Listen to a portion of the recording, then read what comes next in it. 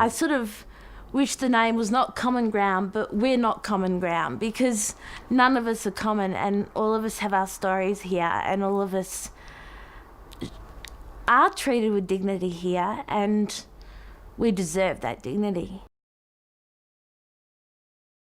The street become, I suppose, my dad, or because my dad wasn't around, and I looked to older male figures to fill that void, I suppose.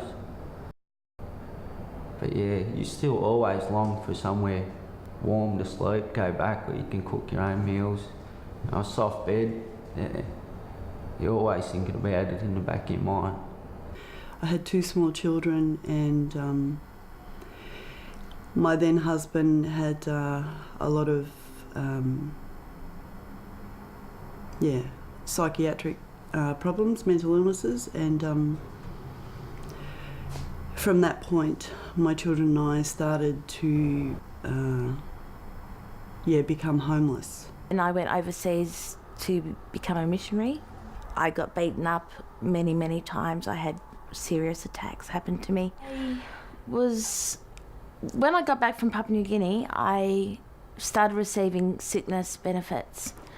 Then it changed to disability pension.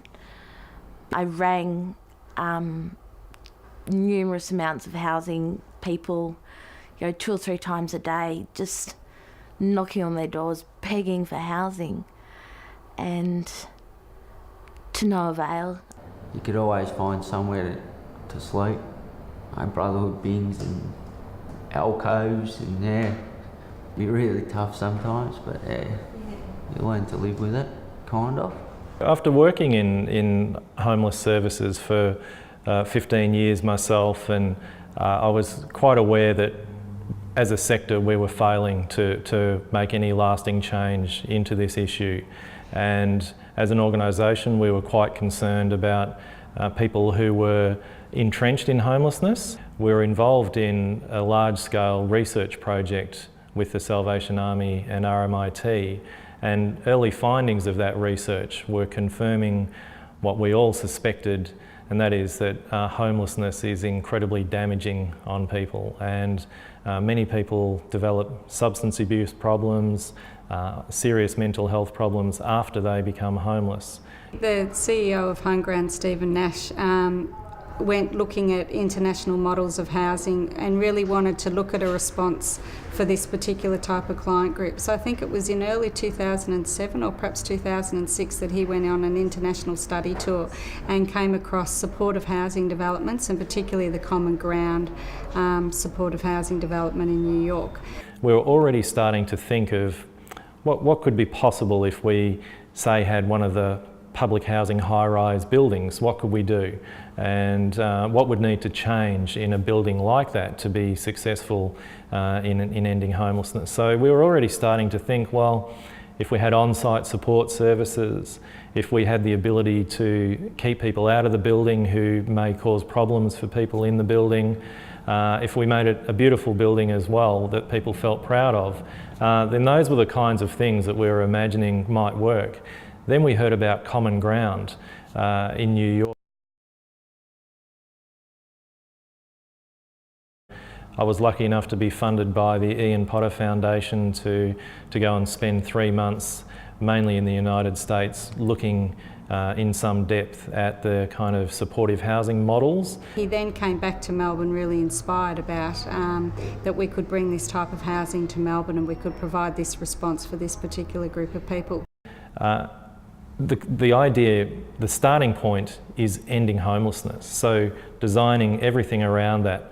And the key elements of ending homelessness are simply providing decent housing and support to help people settle into that housing and to sustain themselves in that housing and to rebuild their lives.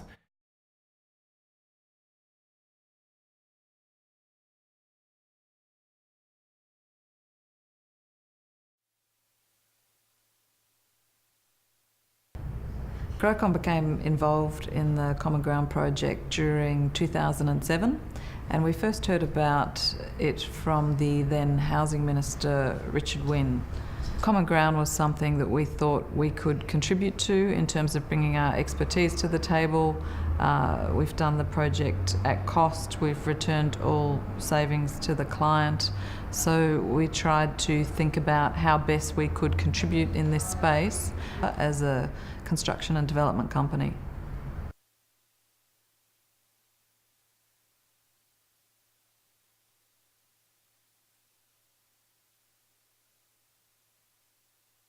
Well, this is a joint partnership between the state and federal government, Yarra Community Housing, who are the owner and developer of the building, and they're the tenancy manager, Homeground as the support provider, and Grocon, who committed to build the project at cost, no profit, no margin. So it was those players who are the core partners of this development. What we wanted to do was really supplement that to make the difference between basic furniture to actually making it look like a home.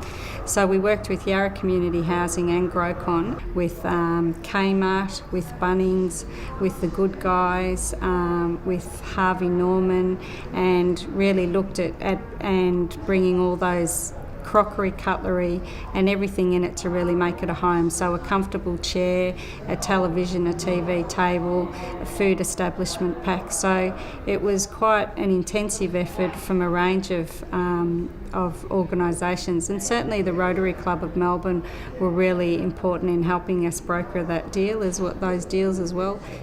So I'm loving it. Yeah, it's a great apartment. Everything's new. Yeah. It's the first time in my life I've ever had something like this, so I'm learning to appreciate it a lot more. And yeah, I've been putting on weight due to eating, cooking myself meals and stuff like that, so that's a bonus. So yeah, I'm really enjoying it at the moment.